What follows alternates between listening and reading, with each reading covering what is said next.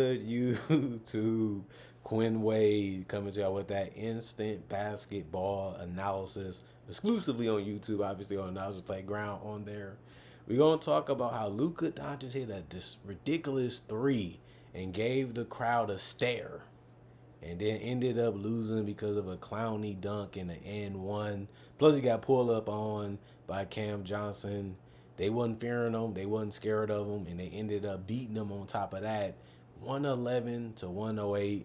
The Brooklyn Nets are now 22 and 42 and 10 and 21 at home. The Lakers gonna be in for a tough one. No Rui, no LeBron and stuff like that. I think they didn't even have Jackson Hayes in this game. I would say they didn't. 40 and 23 for them, 15 and 16 on the road. Things is really looking up for the opponents because this Laker team is really beat down right now. Um, this series is now tied for the season 1-1 because the Nets won a game and the Lakers won the other game, and that game was only a 1 point victory for the Lakers. So it's been tough for them to beat this team. But the Lakers won that first quarter 28 to 16. And it was looking like as long as they got Luka and the guys are making their shots and they're defending, this should be an easy night for the Lakers. And then the second quarter happened where the Nets won that one 32 to 19, and they also won the third quarter 33 to 32.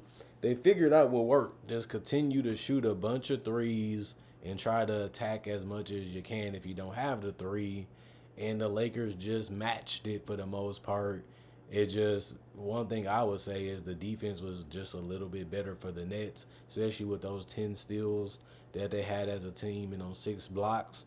The Lakers turned the ball over way too much, and that gave them opportunities that the Lakers didn't have, and it was just a little bit more for them, and that's how they was able to win. But Alex Lynn, he got the start tonight at center because, like I said, no Jackson Hayes. He was 0-1 from the field. He only played 13 minutes. He did get 2 offensive rebounds and 2 rebounds total, 2 assists in the block, 1 turnover, 3 personal fouls. That's ridiculous. And he was a -4 and plus minus. Gabe Vincent really helped him out.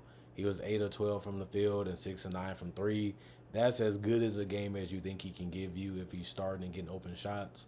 He was 2 of 2 from the free throw line. He did have 3 assists and a turnover, 4 personal fouls, -4 and plus minus 24 points. Luka Doncic, 8 of 26 from the field, 3 of 10 from three, 3 of 4 from the free throw line. He did have 22 points, 12 rebounds, 12 assists, and 1 offensive rebound. Like I said, the game plan made sense. You got the best player on the court, best player on the floor, and just try to abuse him as much as you can against the defense of the Nets.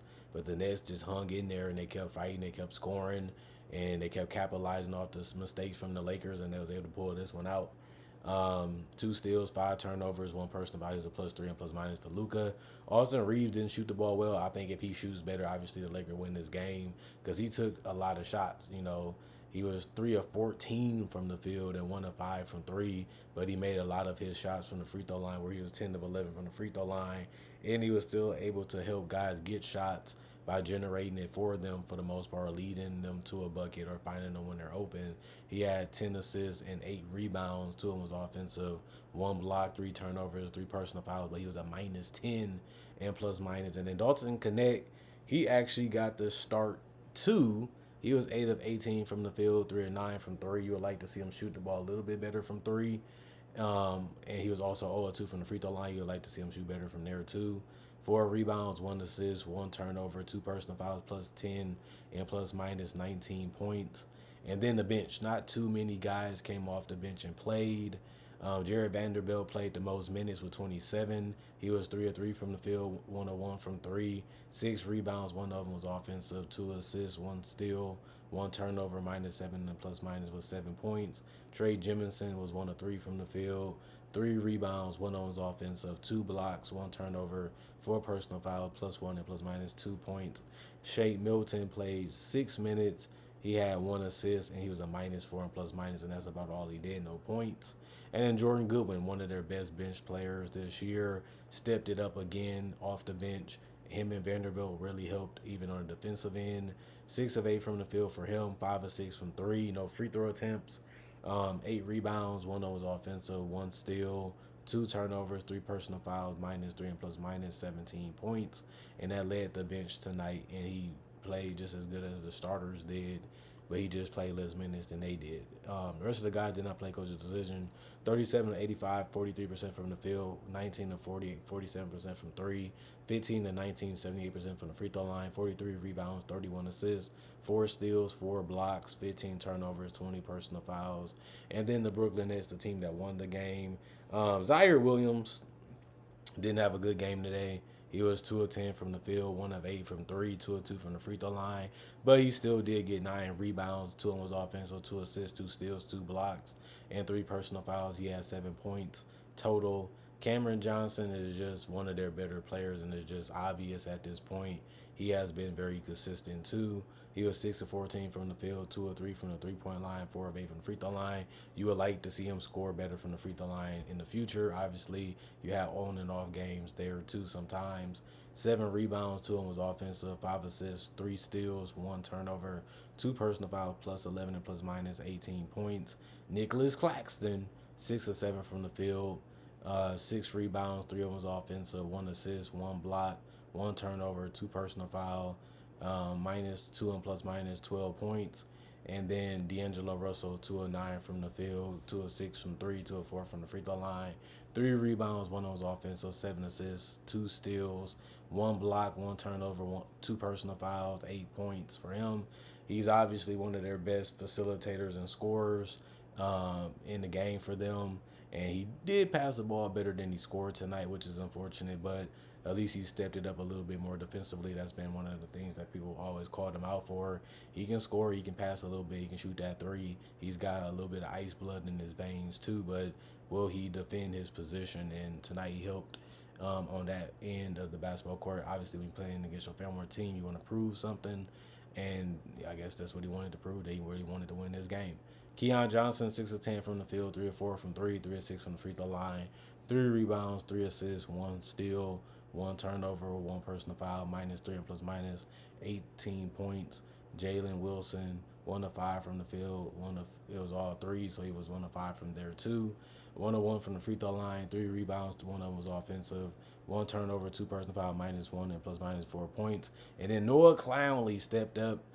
Off the bench, he played 23 minutes, 5 of 11 from the field, 3 of 8 from the three-point line, 6 of 7 from the free throw line, 5 rebounds, 2 of them was offensive, 1 steal, 1 block, 1 personal foul. He was plus 3 and plus minus, led the entire bench in the team in scoring with only 19 points, but they did it by committee, so it made sense that they ended up allowing him to play a lot of minutes because Dayon Sharp came in and scored because he was 3 of 7 from the field and 1 of 1 from 3 and 1 of 2 from the free throw line.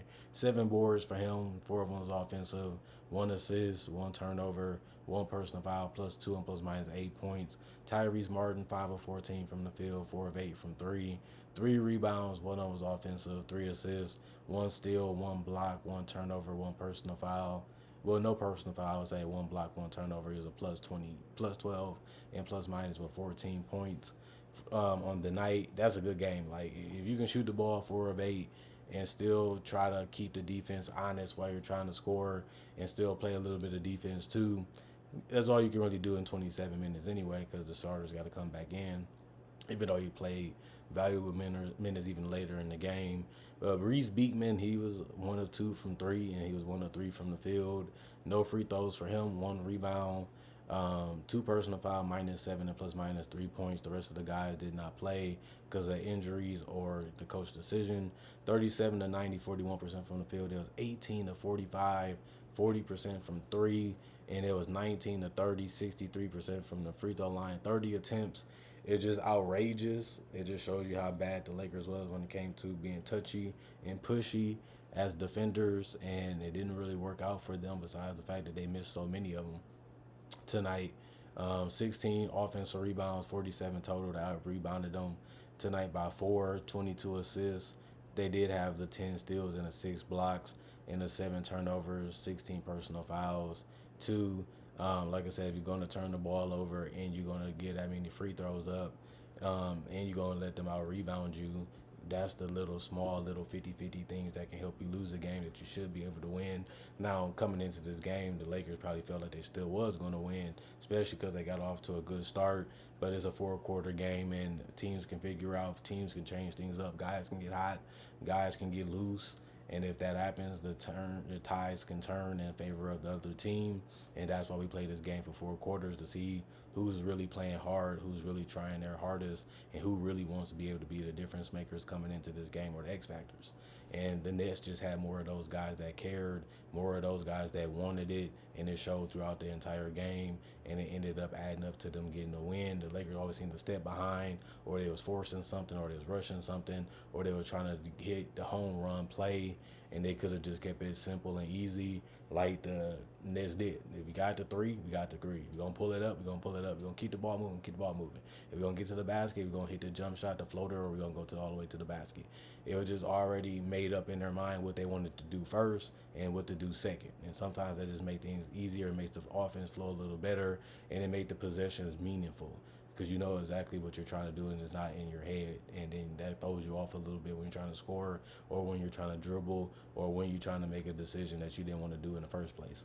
And that's always something that can lead to turnovers or unlucky success. And that's just how it be in the NBA and in other sports and life in general. Comment, like, subscribe, share, hit the notification bell for more analysis. And if you're new to the channel, do conversation videos like this and different variety of NBA topics. Also do breakdowns with real footage of legends, current legends, rookies, and future stars, draft coverage and mock drafts too. And I already got 3,000 videos on my channel that you can watch already, and maybe want to become a subscriber or a fan. If you love this type of content, I guarantee you'll love this channel like most people do. And thank y'all for appreciating content for what it is, for people that continue to watch and continue to enjoy it. That's a 50-50 why the channel's still around. You guys love hearing what I got to say. You guys love watching what I have to say. And I love making it, so that's why the channel works out that way. And thank y'all for keeping the channel popular, and thank y'all for coming back, like I said before. And hopefully you guys having a blessed day, and hopefully you had a good one too. And now we back to the weekdays. Let's get the grind continuing. Stay reaching your goals. Stay trying, and stay not giving up, and try to keep your head up throughout all the bull crap that the world can throw at you. That's the best thing I can tell you. Besides, let's make 2025 better than 2015. That's the goal of this channel. We already off to a great 3 months already on this channel in this year. Let's continue it. I'm doing my part by giving y'all the content. I just need y'all to continue to do y'all part, which y'all usually do. So I don't have nothing to complain about right now. I just got to continue doing my part as much as I can, and I'm trying to hold myself to it. Other than that, I'm going for now. See you guys later today with more analysis.